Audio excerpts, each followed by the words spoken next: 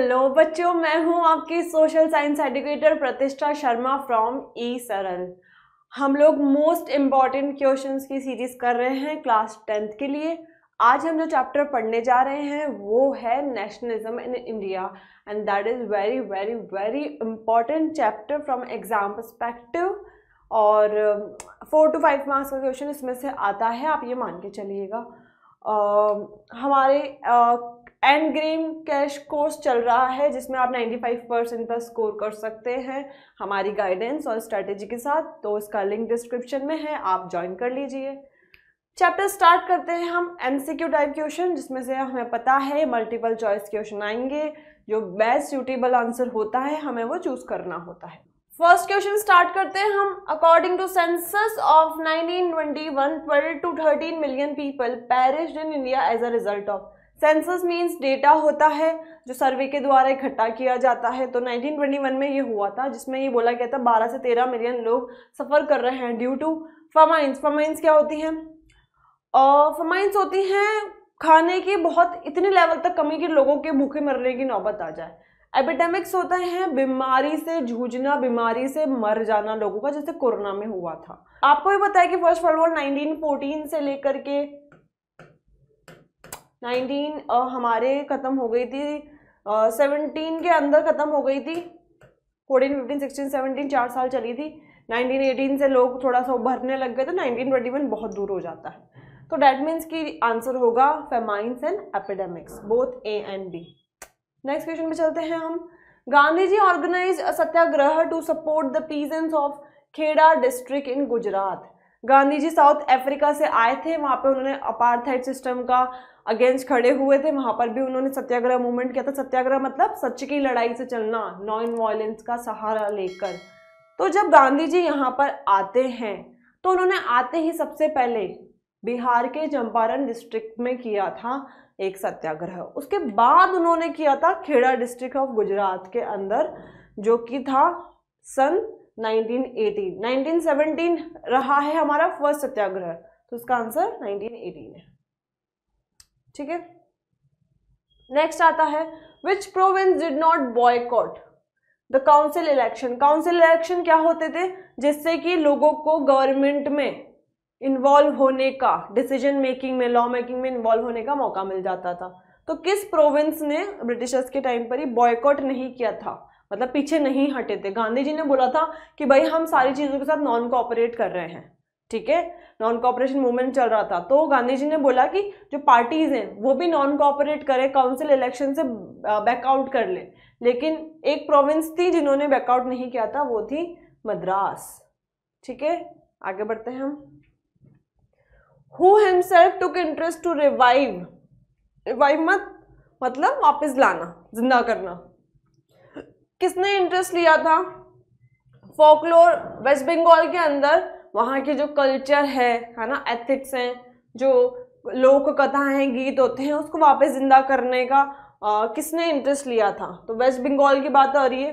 रविंद्रनाथ टैगोर, बंकिम चंद्र चट्टोपाध्याय, रविंद्रनाथ टैगोर और all of the above. तो answer would be Rabindranath Tagore. ये आपकी बुक से डायरेक्टली क्वेश्चन उठाया है। Next question assertion and reason है। 1918 के अंदर गांधी जी अहमदाबाद गए थे। उन्होंने वहाँ पे एक सत्याग्रह मूवमेंट स्टार्ट किया था। कॉटन मिल वर्कर्स की मदद करी थी उन्होंने। वही रीजन थे, टैक्स वगैरह, वेजेस कम, वर्किंग आवर्स ज़्यादा। ठीक है, after arriving in India Gandhi ji successfully organise Satyagraha movement in various places. तो ये अहमदाबाद में हुआ था और गांधी जी ने इंडिया में आने के बाद बहुत सारे सत्याग्रह करे थे। तो ये भी सही है, ये भी सही है, और ये इसका करेक्ट एक्सप्लेनेशन है, क्योंकि सत्याग्रह हुआ तभी तो ये वाला सत्याग्रह भी इंट्रोड्यूस हुआ था ना। ठीक है, both A and B are true and R is the correct explanation. Next आता है वेरी शॉर्ट, जिसमें आपको 2-3 लाइन्स में लिखना होता है answer. In which city Mahatma Gandhi launch satyagraha in 1918। अभी ये लास्ट हमने पढ़ा भी है असर्शन रीजन में। Gandhi ji launch satyagraha in 1918 in Ahmedabad among the cotton mill workers due to their long hours and low wages. इसके लिए इनके साथ मिलकर, कॉटन मिल वर्कर्स के साथ गांधी जी ने सत्याग्रह इंट्रोड्यूस किया था वहाँ पर। When did non cooperation movement and खिलाफत मूवमेंट। नॉन कोऑपरेशन मूवमेंट तो क्या था, गांधी जी का कहना था कि भाई हमने जब ब्रिटिशर्स के साथ कोऑपरेट किया तभी वो यहाँ आके अपने पैर जमा पाए, हमने अतिथि देवो भव कर लिया था, इसलिए वो आज यहाँ पे पांव पसार पाए हैं। तो उनके साथ अब इनकी चीज़ों को बॉयकॉट करो, इनके साथ कोऑपरेट मत करो, तो जब इनकी कमाई नहीं होगी तो ये नंगे पैर भाग जाएंगे वापस। और खिलाफत मूवमेंट स्टार्ट हुआ था, मुस्लिम्स ने स्टार्ट किया था अपने लीडर खलीफा को सपोर्ट करने के लिए, ठीक है। तो कब नॉन कोऑपरेशन और खिलाफत मूवमेंट स्टार्ट हुआ था, जनवरी 1921 के अंदर। इस चैप्टर में ना बच्चों डेट्स बहुत ज़्यादा इंपॉर्टेंट है, आप ये मान के चलिए, ठीक है। नॉन कोऑपरेशन और खिलाफत मूवमेंट स्टार्ट हुआ था। Why was the inland immigration act of 1859 troublesome for plantation worker? Inland emigration मतलब क्या होता है, आप जब कहीं से कहीं दूसरी जगह जाना चाहो, एमिग्रेट करना चाहो। एक्ट मतलब होता है लॉ, इनलैंड मतलब एक ही लैंड के अंदर, ठीक है। तो inland emigration act of 1859 troublesome for some plantation worker, मतलब एक ही लैंड के अंदर से आप एमिग्रेट नहीं कर सकते हो, ऐसा कोई लॉ बनाया गया था, ये हमने नाम से समझ लिया। तो इस एक्ट के तहत जो प्लांटेशन वर्कर होते थे, जो असम वगैरह में और टी प्लांटेशन वर्कर्स होते थे मेजरली, क्या हुआ था, ब्रिटिशर्स ने ना चाय को रेलवे स्टेशन, लाइब्रेरीज वगैरह में बंटवाना स्टार्ट कर दिया था। तो ब्रिटिशर्स ने पहले लोगों को चाय का चस्का लगाया और फिर क्या हुआ, इससे चाय की बिक्री हुई। तो फिर इन्हीं ब्रिटिशर्स ने इंडिया के वर्कर्स को बाउंड कर लिया, उनसे लॉन्ग आवर्स में काम कराते थे, या तो वेजेस देते नहीं थे, खाने का दे देते थे 2 वक्त का, और या फिर देते थे तो वेजेस बहुत कम देते थे, और उनको ये बोला गया था कि तुम ये लैंड छोड़कर नहीं जा सकते हो। यही था इनलैंड एमिग्रेशन एक्ट, जिसमें वर्कर्स को परमिट नहीं किया जाता था टी गार्डन्स को छोड़ के जाने के लिए परमिशन के बिना। और परमिशन भी क्या मांगने जाते थे, मना कर देते थे, कभी नहीं जाने देते थे, क्योंकि उनको पता था कि हमने जाने दिया तो ये भाग जाएंगे, ठीक है। सो ये बहुत दिक्कत वाला चीज़ थी उन प्लांटेशन वर्कर के लिए। Next, what was the reason, क्या रीजन था, कॉलिंग ऑफ, फ्रेज है ये, बंद कर देना, क्लोजिंग ऑफ मतलब टू स्टॉप, ठीक है, of the non cooperation movement. किस रीजन से नॉन कोऑपरेशन मूवमेंट को रोका गया था, बिकॉज जब चोरा चोरी के अंदर वायलेंस हुआ, ठीक है, चोरा चोरी जगह है एक, है ना, वहाँ पे क्या हुआ था कि एक पीसफुल प्रोटेस्ट चल रहा था, लोग आराम से मीटिंग कर रहे थे, अपनी वॉइसेस रख रहे थे, बात कर रहे थे, लेकिन वहाँ पे ब्रिटिशर्स के आदेश के बाद पुलिस वालों ने अटैक कर दिया और इसकी वजह से काफ़ी सारे लोग मारे गए थे। यही था चोरा चोरी का इंसिडेंट। इसके बाद गांधी जी, क्योंकि वो चाहते नहीं थे कि खून खराबा हो, पर क्योंकि हो गया, तो इस वजह से गांधी जी ने नॉन कोऑपरेशन मूवमेंट को 1922 में आफ्टर दैट चोरा चोरी इंसिडेंट कॉल ऑफ कर दिया था। Who announced a vague offer of dominion status in India for India in 1929? Vague offer of dominion status मतलब क्या होता है? डोमिनियन स्टेटस को समझ लेते हैं हम पहले। डोमिनियन स्टेटस था कि जो हमारे पहले स्टेट थे, प्रिंसली स्टेट हुआ करते थे जिसपे राजा महाराजा रूल करते थे। तो जब ब्रिटिशर्स आए तो इन्होंने बोला कि राजा महाराजा रहो, हमें कोई दिक्कत नहीं, पर तुम्हारा कोई रोल नहीं होगा इसकी पॉलिटिक्स में, जगहों के बारे में डिसीजन लेने में, सब कुछ डिसीजन हम लेंगे, तुम सिर्फ नाम के राजा रहोगे। ये था डोमिनियन स्टेटस का एक ऑफर जो कि ब्रिटिशर्स ने थोपा था, है ना। तो ये किसने लगाया था? वाइसरॉय लॉर्ड इरविन ने अनाउंस किया था ये ऑफर डोमिनियन स्टेटस का। ठीक है, आगे बढ़ते हैं। Short answer type questions. Describe any 3 major problem faced by the peasants of Awadh in the days of non cooperation movement. तो जो अवध के पीजेंट्स थे उनको क्या 3 मेजर प्रॉब्लम हुई थी जब नॉन कोऑपरेशन मूवमेंट चल रहा था? तो ये जो पीजेंट थे अवध के, उनको काफ़ी ज़्यादा प्रॉब्लम हुई थी। क्यों? क्योंकि उनको समझ में आ गया था कि नॉन कोऑपरेशन मूवमेंट चल रहा है तो हम भी ये करते हैं, ठीक है। पर इसकी वजह से उनको कुछ प्रॉब्लम फेस हुई थी। जो वहाँ के ताल्लुकदार और लैंडलॉर्ड हुआ करते थे, लैंडलॉर्ड तो जो ज़मींदार होते हैं, है ना, ताल्लुकदार जो इंडियन ज़मींदार होते हैं, ठीक है, उन्होंने demanded exorbitantly high rents and variety of other taxes. तो वो रेंट मांग रहे थे और दूसरे अलग अलग तरीके के टैक्स भी मांग रहे थे, ठीक है, हाई रेंट्स एंड टैक्स उन्हीं पीजेंट्स से। वो गरीब पीजेंट्स कैसे देंगे इनको ये सब? पीजेंट्स को बेगार करना पड़ रहा था, बेगार मतलब फोर्स लेबर, काम करवाया जा रहा था पर उनको अमाउंट नहीं दिया जा रहा था, या उतना अमाउंट नहीं दिया जा रहा था। Work at landlord farm without any payment, यही होता है, बेगार कराया जा रहा था बड़े बड़े लैंडलॉर्ड के लैंड पर भी, ठीक है। पीजेंट्स के पास कोई सिक्योरिटी नहीं थी, मतलब जिस भी लैंड पे वो काम कर रहे हैं उनको उस लैंड से कभी भी निकाल सकते थे वो लैंडलॉर्ड और तालुकदार, ठीक है, कि भैया आज काम करो कल ही निकाल दो। और ऐसा क्यों कर रहे थे वो लोग? क्योंकि क्या था, ये जो तालुकदार और लैंडलॉर्ड थे ना, इनके मन में डर पैदा हो गया था कि यार ये हमारी ज़मीन पे काम कर रहे हैं, कहीं इस पे हक जमाने नहीं लग जाए, है ना, इस पे कब्जा ना कर ले, ठीक है। तो उनके पास कोई सिक्योरिटी नहीं थी टेन्योर की, कितना टाइम उनको काम करने को मिला जाएगा, वो है टेन्योर का मीनिंग। दे वर एविक्टेड रेगुलरली, उनको कभी भी निकाला जा रहा था ताकि वो उस लैंड के ऊपर राइट एक्वायर ना कर ले, उस लैंड को अपना कब्जा करके ना बैठ जाए। दस the peasant of movement in Awadh demanded, ये जो पीजेंट्स थे इनकी डिमांड थी कि भाई टैक्स में, रेवेन्यू में रिडक्शन हो, कम हो, बेगार का अबॉलिशन हो, जो फोर्स लेबर उसको खत्म कर दिया जाए, और सोशल बॉयकॉट हो इन ऑपरेसिव लैंडलॉर्ड का, इन ऑपरेसिव लैंडलॉर्ड जो जबरदस्ती कर रहे हैं, पैसा कम दे रहे हैं, जबरदस्ती निकाल रहे हैं, इनको हटाया जाए, ठीक है। नेक्स्ट क्वेश्चन पे चलते हैं हम। What was the impact of the First World War on India? First World War का क्या इम्पैक्ट हुआ था इंडिया के ऊपर? First World War deeply affected India through though it was under the British rule, British rule के अंदर होते हुए भी इंडिया ने काफ़ी ज़्यादा लॉस फेस किया था, बहुत ज़्यादा अफेक्ट हुए थे। क्या रीज़न था? जो ब्रिटिश गवर्नमेंट थी, अब क्योंकि क्या होता है जब भी वॉर चल रही होती है तो मार्केट डगमगाया होता है, जो लोग लड़ रहे होते हैं आर्मी में उनके लिए खाना भेजना पड़ रहा होता है, तो खाने की कमी भी होती है, मार्केट हिला होता है तो इकोनॉमिक क्राइसिस भी आते हैं, तो सारी प्रॉब्लम्स इकट्ठी हो जाती है। तो इस वजह से गवर्नमेंट ने क्या किया, टैक्स बढ़ा दिया। अब टैक्स कौन देगा? जो इंडिया के लोकल लोग हैं। वो कहाँ से देंगे? बेचारों के फार्म प्रोडक्ट तो ये ब्रिटिशर्स वहाँ आर्मी में भेज रहे थे, ठीक है। टैक्स बढ़ा दिए, कस्टम ड्यूटीज बढ़ा दी, इनकम टैक्स भी बढ़ा दिया गया था, ताकि जो वॉर के एक्सपेंडिचर्स हो रहे हैं, वॉर के खर्चे हो रहे हैं, ब्रिटिश गवर्नमेंट लोगों से ले सके।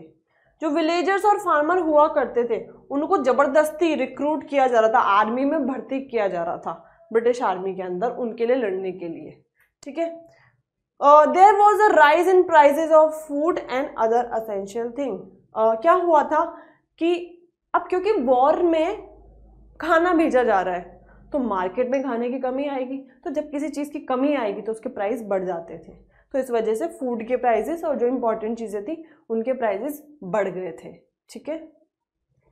Next question, who was Alluri Sitarama Raju? Explain his role in inspiring the rebel with the Gandhi ji's idea. Alluri Sitarama Raju कौन थे और उन्होंने गांधी जी के आइडियाज से कैसे लोगों को सपोर्ट किया? तो अलूरी सीता राजू एक लीडर थे ट्राइबल लोगों के। अब अलूरी सीताराम राजू जो थे ना, ये ना क्लेम करते थे कि मेरे पास ना कुछ स्पेशल पावर्स है, मैं फ्यूचर देख सकता हूँ, है ना, ये क्लेम करते थे। ये ट्राइबल लीडर थे। इन्होंने गुदेम हिल्स जो कि आंध्र प्रदेश में थी, वहाँ के जो पीजेंट्स थे उनको सपोर्ट किया था। He started a militant guerrilla movement in early 1920। एक militant guerrilla movement स्टार्ट किया था 1920 के अंदर। इनका रोल जो था अलूरी सीता राजू का, वो था कि वहाँ के जो लोग थे, है ना, रिबल लोग थे, जो पहाड़ के लोग थे, उनको मोटिवेट करना कि भाई तुम अपने हक के लिए लड़ो। ये इनका रोल था basic. The tribal people were enraged by the British policy। वहाँ पे जो ब्रिटिश लोग थे, ब्रिटिश रूलर थे, ऑफिसर्स थे, उन्होंने क्या किया था, फॉरेस्ट लॉज इंट्रोड्यूस कर दिए गए थे, जिसमें फॉरेस्ट को सीमित कर दिया गया था कि उसमें आप एंट्री नहीं कर सकते हो, लकड़ियाँ नहीं ले जा सकते हो। और ट्राइबल लोग तो फॉरेस्ट पे डिपेंड हुआ करते थे लकड़ियों के लिए, फूड के लिए, है ना। तो अलूरी सीता राजू ने इन ट्राइबल लोगों को मोटिवेट किया कि तुम ब्रिटिश पॉलिसी के अगेंस्ट उतरो, है ना, फॉरेस्ट लॉज को मत मानो।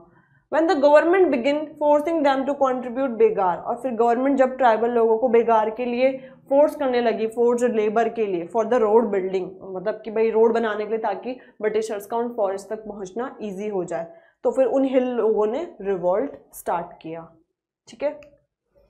Raju inspired the hill people, Alluri Sitaraju ने हिल के लोगों को इंस्पायर किया। उन्होंने बात करी महात्मा गांधी जी के बारे में, उन्होंने उनको बताया, वो जो नॉन कॉपरेशन मूवमेंट चला रहे हैं पूरे देश में उनके बारे में बताया, और फिर वो ही लोग इंस्पायर हुए, ट्राइबल लोग इंस्पायर हुए गांधी जी के नॉन कॉपरेशन मूवमेंट से।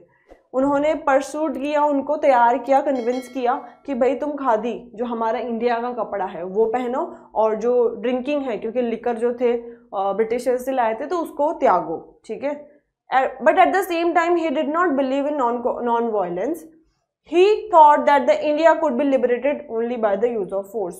ये अलूरिम सीताराजू मानते थे गांधी जी के व्यूज को, लेकिन ये नॉन वायलेंस को सपोर्ट नहीं करते थे। वो चाहते थे कि भाई ये जो ब्रिटिशर्स है ना, ये ना लात के भूते बातों से नहीं मानेंगे, तो फोर्स का इस्तेमाल करो, इनका मानना था, ठीक है। आगे चलते हैं हम लॉन्ग आंसर टाइप क्वेश्चंस पे। History and fiction, folklore and the songs, popular print and symbol of all played a part in making nationalism of India. India के अंदर नेशनलिज्म की भावना हर एक चीज ने लाई, लोगों के स्ट्रगल ने, स्लोगन्स ने, प्रिंट ने, डांस ने, लोक कथाओं ने, सब लोगों ने मिलकर कंट्रीब्यूट किया था, सब चीज़ों ने नेशनलिज्म ऑफ इंडिया के अंदर। इस स्टेटमेंट को हमें सपोर्ट करना है कुछ व्यूज देकर। There were a variety of culture processes through which nationalism spread in people. बहुत सारी ऐसे कल्चरल चीज़ें हुआ करती थी जिसकी वजह से नेशनलिज्म स्प्रेड हुआ था। सबके लिए कनेक्ट करने का तरीका अलग होता है, किसी के लिए डांस होता है, किसी के लिए सॉन्ग होते हैं। तो जो लोग डांस कर सकते थे उन्होंने डांस के जरिए अपने देश की लोक डांस को प्रसिद्ध किया, लोगों को बताया। होता है ना, आप जैसे विदेश में जा रहे हो, वहाँ पे कोई आपको हिंदी बोलता हुआ देखिएगा तो आप उसको देखोगे ना, अरे हिंदी कौन बोल रहा है, क्योंकि हम हिंदी से कनेक्ट करते हैं। तो वैसे ही डांस, सॉन्ग, हर चीज़ से जो लोग कनेक्ट करते हैं फिर वो नेशनलिज्म से जुड़ पाते। हिस्ट्री एंड फिक्शन, जो पुरानी हमारी कथाएं हैं, जो पुरानी कहानियां हैं भगवानों की, फ्रीडम फाइटर्स की, उनको सुनाकर, फोकलोर एंड सॉन्ग्स को सुनाकर, जो लोक गीत होते हैं, पॉपुलर प्रिंट्स के द्वारा, जैसे भारत माता की तस्वीर बना दी, सिंबल्स के, इन सब ने एक बहुत बड़ा सिग्निफिकेंट रोल प्ले किया है नेशनलिज्म के अंदर। This can be analyse in the following veg, इस कुछ वे में ये इनको हम एनालाइज कर सकते हैं, जैसे nationalist historians urge the readers to take pride in India's great achievement. जो हमारे हिस्टोरियंस थे, जो हिस्ट्री को सपोर्ट करते थे, जो हिस्टोरियंस होते हैं, जो हिस्ट्री को पढ़ते हैं, समझते हैं, लोगों तक पहुंचाते हैं, उन्होंने रीडर्स को बोला कि भाई हमारे लीडर्स ने, लोगों को बोला कि हमारे लीडर्स ने, हमारे फ्रीडम फाइटर्स ने बहुत स्ट्रगल किया, हमारे पास बहुत अचीवमेंट है पास्ट में, आप उनको पढ़ो और उनसे इंस्पायर हो, और आप उनसे इंस्पायर होने के बाद स्ट्रगल करो, ताकि हम जो हमारी कंडीशन चल रही है, जितनी ब्रिटिश रूल के अंदर हम जितनी गंदी मिजरेबल लाइफ जी रहे हैं, हम उससे उबर पाएँ, वो पास्ट की चीज़ों से इंस्पायर होके। कुछ नॉवेल्स थी जैसे आनंद मठ, जिसे बंकिम चंद्र चट्टोपाध्याय जी ने लिखा था, वो जो हमारे कंट्री के रेवोल्यूशनरीज थे उनसे इंस्पायर होकर उन्होंने इसमें कहानियां लिखी थी, ठीक है। जो आइडिया ऑफ नेशनलिज्म है also develop through a movement to revive Indian folklore. India का जो कल्चर है ना, जो हम दब चुका था ब्रिटिशर्स के रूल में, तो उससे भी हमने इंस्पायर हुए कि भाई हमें हमारे लोकगीत, हमारी संस्कृति वापस लानी है, ठीक है। वो भी एक नेशनलिज्म के अंदर सपोर्ट किया, ये वाली चीज भी। In the late 19th century Indian nationalist like Rabindranath Tagore and Natesa Sastri collected folk tales, folk song, ballad, nursery rhymes, myths, ये सारी चीजें कलेक्ट करके गाने, कहानियां, स्टोरीज, पोएम्स, राइम्स होती हैं, इन सबको कलेक्ट करके लोगों तक पहुंचाया गया ताकि पढ़ो, ये था हमारा इंडिया पहले। They wanted to give a true picture of traditional culture, वो इंडिया का जो ट्रेडिशनल कल्चर था उसको लोगों के सामने लाना चाहते थे, that had damage by colonizers, जो ब्रिटिशर्स ने दबा दिया था। Because folklore was the most trustworthy manifestation of people's real thought and characteristics.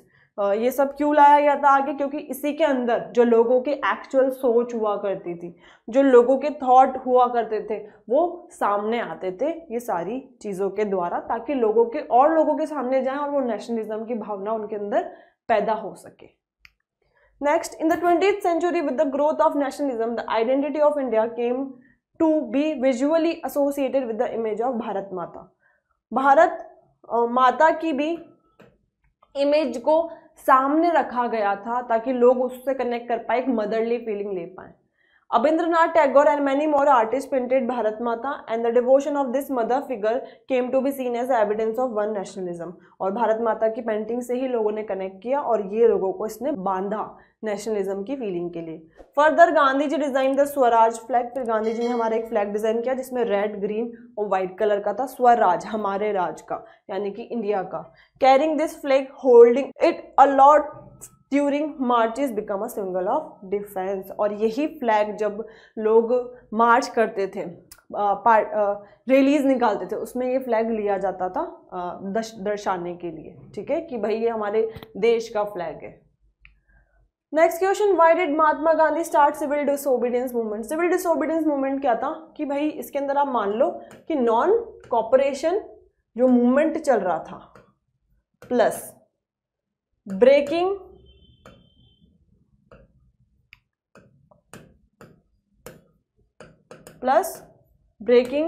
Of law. Non cooperation movement support, मतलब नॉन कॉपरेट करो एक तो, और साथ में लॉ को भी ब्रेक करो. ये था civil disobedience movement. How does this movement unite the country. इस मूवमेंट ने कंट्री को कैसे यूनाइट किया था. गांधी जी ने सिविल डिसोबीडियंस मूवमेंट को लॉन्च किया था क्योंकि लॉर्ड अर्विन के सामने गांधी जी ने एक अपनी डिमांड्स रखी थी, 11 डिमांड्स, जिसके अंदर एक डिमांड ये भी थी कि सॉल्ट लॉ को अबॉलिश करो. ठीक है, तो जब गांधी जी ने ये डिमांड्स रखी लॉर्ड अर्विन के सामने, तो इन्होंने ये डिमांड को नहीं माना. ठीक है, तो जब इन्होंने नहीं माना तो गांधी जी ने सॉल्ट मार्च निकाला. गांधी जी ने बोला अगर आप हमारी डिमांड को नहीं मानोगे ना तो हम सॉल्ट ही ब्रेक करेंगे जिसपे आप टैक्स लगा चुके हो, और हम उसको टैक्स भी नहीं देंगे उसका. तो जब उन्होंने डिमांड नहीं मानी तो गांधी जी ने सॉल्ट मार्च निकाला सिविल डिसोबीडियंस मूवमेंट को स्टार्ट करने के लिए. और ये स्टार्ट हुआ था साबरमती आश्रम से और ये दांडी तक जाके खत्म हुआ था. वहां पे गांधी जी ने सॉल्ट बना के और सॉल्ट लॉ को ब्रेक किया था. Thousand of people were part of the country broke the salt law. Gandhi ji से इंस्पायर होके लोगों ने अलग अलग जगहों पर देश में फिर सॉल्ट बना के सॉल्ट लॉ को ब्रेक किया था. Giving demonstration in front of government salt factories. और इवन गवर्नमेंट सॉल्ट फैक्ट्रीज के सामने भी उन्होंने लोगों ने ये किया था ताकि बता सके कि भाई देखो तुम्हारी गवर्नमेंट है ब्रिटिशर्स की और हम तुम्हारे सामने ये सॉल्ट लॉ ब्रेक कर रहे हैं सॉल्ट बनाकर. The following point, how the civil disobedience movement came into the force in various part of the country and united different groups in the country. कुछ पॉइंट्स है कि किस तरह यूनाइट किया गया था पूरे इंडिया को इसने. With the spread of movement, foreign cloth, जो बाहर का कपड़ा था, सस्ता होता था ब्रिटिशर्स का कपड़ा फॉरेन क्लोथ, पर उसको बॉयकॉट किया गया. लिकर शॉप को बंद करवाया गया. पीजेंट्स ने मना कर दिया लैंडलॉर्ड्स को कि हम तुम्हें रेवेन्यू नहीं देंगे. जो चौकीदारी टैक्सेस थे उसको भी मना किया गया, है ना, क्योंकि वो लैंड बोलते थे कि लैंड हमारा है और ना हम ध्यान रखते हैं इसका, तुम इस पे काम करते हो तो हमें टैक्स दो, तो उसके लिए भी मना कर दिया था. जो विलेज ऑफिशियल्स थे उन्होंने रिजाइन कर दिया था उनकी पोस्ट से, क्योंकि तब जब सारी पोस्ट होती थी ना वो ब्रिटिशर्स के उसमें गवर्नमेंट में इंक्लूड होती थी, तो वो भी एक ऑफिशियल पोस्ट थी, तो वहाँ भी लोगों ने रिजाइन कर दिया था. फॉरेस्ट लॉ जो बनाए गए थे उन्होंने उसको वायलेट करा था. In the country side, village side में जो रिच पीजेंट हुआ करते थे उनकी कम्युनिटी होती थी, जैसे कि गुजरात के पाटीदार, उत्तर प्रदेश के जट, उन्होंने सिविल डिसोबीडियंस मूवमेंट को पूरी तरीके से सपोर्ट किया, क्योंकि इन लोगों को भी तो ब्रिटिशर्स को टैक्स देना पड़ रहा था, तो ये भी चाहते थे कि हम टैक्स नहीं दे, तो इन्होंने भी सिविल डिसोबीडियंस मूवमेंट को सपोर्ट किया. जो पुअर पीजेंट्स थे, ठीक है, often led by the socialist and the communist, joined a variety of radical movement for the remission of the unpaid rent to the landlord. और जो पुअर पीजेंट्स हुआ करते थे उनको भी जो बड़े बड़े लैंडलॉर्ड्स थे, है ना, उनको टैक्स देना पड़ता था, तो ये भी तो चाहेंगे ना हमें टैक्स नहीं देना पड़े क्योंकि तो वैसे इतना कम कमाते हैं, तो इन्होंने भी सिविल डिसोबीडियंस मूवमेंट को सपोर्ट किया ताकि इनको भी रेंट नहीं पे करना पड़े. और ये तो चाहते ही थे कि हमें वो लैंड मिल जाए, हमारे नाम हो जाए, है ना, लीज पे मिल जाए ताकि हम उस पर काम करें और रेंट ना दें. आगे पढ़ते हैं. Industrialist lead by the Purushottam Das, Thakur Das and GD. Birla. ये इंडिया के ही कुछ इंडस्ट्रियलिस्ट थे, इन्होंने भी सिविल डिसोबीडियंस मूवमेंट को सपोर्ट किया. जो रेलवे वर्कर्स होते थे, रेलवे में काम करते थे, डॉक वर्कर्स जो पोर्ट वगैरह पे काम करते थे, माइन वर्कर्स जो माइन में काम करते थे, खदानों में, खानों में, फ्रॉम छोटा Nagpur, and large number of women, और औरतें भी थी क्योंकि वुमेन भी दबी हुई थी ब्रिटिशर्स के रूल में, तो उन वुमेन भी ऑल ओवर इंडिया की जो औरतें थी उन्होंने भी सिविल डिसोबीडियंस मूवमेंट को सपोर्ट किया. नेक्स्ट क्वेश्चन पे हम चलते हैं, जो कि केस बेस्ड क्वेश्चन है, हमें पैसेज पढ़ना है एंड आंसर देना। 13 अप्रैल की बात है ये। The infamous Jallianwala Bagh incident took place. 13 अप्रैल को जलियांवाला बाग हुआ था। इस दिन एक large number of crowd gather हुआ था जलियांवाला बाग के अंदर। कुछ लोग आए थे जो गवर्नमेंट के न्यू लॉ को प्रोटेस्ट कर रहे थे, कुछ ही लोग ही थे, बाकी सब लोग तो वहाँ पे जो एक फेयर लगता है, मेला लगता है बैसाखी फेयर, उसको अटेंड करने आए थे। Being from outside the city many villagers, कुछ लोग ऐसे थे जो कि सिटी के बाहर के थे, उनको पता ही नहीं था कि कुछ ऐसा मार्शल लॉ लगा हुआ, भी उस टाइम पे मार्शल लॉ लगा हुआ था, क्योंकि इसी वजह से वहाँ पे जनरल डायर आए, उन्होंने एरिया को ब्लॉक किया। एग्जिट पॉइंट एक ही था, वहीं से आना वहीं से जाना था, उसको ब्लॉक किया और उन्होंने ओपन फायर कर दी क्राउड पर, ठीक है। और इसकी वजह से हजारों लोग, 100 लोग, हजार लोग मारे गए। और his object as he declared later was to produce a moral effect to create a minds of satyagrahi a feeling of terror and awe. तो और जनरल डायर का काम था कि लोगों के मन में डर पैदा करना, इसीलिए उन्होंने बोला मैंने ओपन फायर करी थी, और वो फाइनली ये करके इसमें सक्सेसफुल भी हुए थे। जैसे ही जलियांवाला बाग की न्यूज़ स्प्रेड हुई थी तो नॉर्थ इंडियन टाउन में लोग सड़कों पे उतर आए थे। बहुत सारी स्ट्राइक्स हुई, पुलिस के साथ क्लैशेस हुए, अटैक हुए गवर्नमेंट बिल्डिंग पे, क्योंकि गवर्नमेंट ऑफिसर ही तो था जनरल डायर। गवर्नमेंट ने रिस्पॉन्ड किया, उसके बदले में गवर्नमेंट ने और ज़्यादा रेप्रेशन किया। रेप्रेशन मतलब लोगों के ऊपर दबाव क्रिएट किया, ठीक है। Seeking to humiliate and terrorize people. Satyagrahis were forced to rub their noses on the ground, crawl on the street and do सलाम टू ऑल साहिब। और गवर्नमेंट ने ये बोला गया कि जो भी सत्याग्रही है ना, अपनी नाक रगड़ो, ठीक है, स्ट्रीट पे क्रॉल करो, ठीक है, सलाम दो जो भी ब्रिटिशर्स हैं उनको। People were flogged and villages around the Gujranwala in Punjab now in Pakistan were bombed. बहुत सारी जगहों को बॉम्ब्ड कर दिया गया, ठीक है, बारूद बम से उड़ाया गया। सीइंग वायलेंस स्प्रेड, जैसे ही महात्मा गांधी जी ने देखा कि इतना वायलेंस हो रहा है तो उन्होंने मूवमेंट को कॉल ऑफ कर दिया। ये था हमारा passage. Why did General Dyer open fire on the peaceful gathering in Jallianwala Bagh in 13 April 1999? ये डेट भी आपको ध्यान रखनी है। क्यों किया था उन्होंने ओपन फायर? क्योंकि वहाँ पे ऑलरेडी मार्शल लॉ लगा हुआ था, बिकॉज ऑफ जो सत्याग्रह मूवमेंट चल रहे थे, नॉन कॉपरेशन मूवमेंट चल रहे थे, उनकी वजह से। तो मार्शल लॉ में क्या था कि भैया आप लोग गैदरिंग में इकट्ठे नहीं हो सकते हो, ग्रुप्स नहीं बना के खड़े हो सकते, ठीक है। तो मार्शल लॉ लगा हुआ था, लेकिन स्टिल पीपल वहाँ गैदर हुए थे, तो जनरल डायर ने ओपन फायर कर दी थी। नेक्स्ट क्वेश्चन है, मार्शल लॉ को क्यों इम्पोज किया था अमृतसर के अंदर? बिकॉज मार्शल लॉ इम्पोज जब हुआ था ना अमृतसर के अंदर, वो इसलिए हुआ था क्योंकि वहाँ के जो अमृतसर के लोकल लीडर्स थे उनको उठा लिया गया था अमृतसर से, और महात्मा गांधी जी को भी दिल्ली के अंदर एंटर नहीं करने दिया जा रहा था। तो 10 अप्रैल को जो अमृतसर की पुलिस थी उसने एक पीसफुल प्रोसेशन चल रहा था, लोग आपस में पीसफुली गैदर हुए थे, और उस गैदरिंग को छितर बितर करने के लिए, हटाने के लिए जो पुलिस थी उन्होंने फायर कर दिया गया था, जिसकी वजह से जो लोग थे वो भी भड़के, और उन्होंने जो भी गवर्नमेंट प्रॉपर्टीज थी, बिल्डिंग्स थी, जैसे banks, post office, railway station, वहां को तबाह कर दिया था, आग लगा दी गई थी, और इसी वजह से मार्शल लॉ को इम्पोज कर दिया गया था। Next question, what were the effects of the Jallianwala Bagh massacre? Massacre means क्या होता है बच्चों?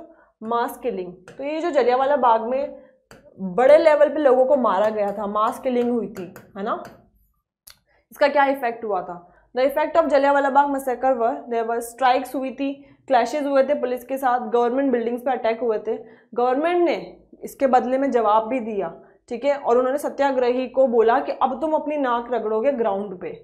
देवर मेट, और उन्हीं लोगों को ग्राउंड पे, स्ट्रीट्स पे क्रॉल करवाया गया, घुटनों के बल चलाया गया, ब्रिटिश ऑफिसर्स को सलामी दिलवाई गई।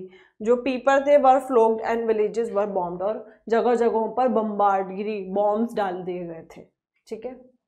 ये होता है हमारा आज का पेपर कंप्लीट।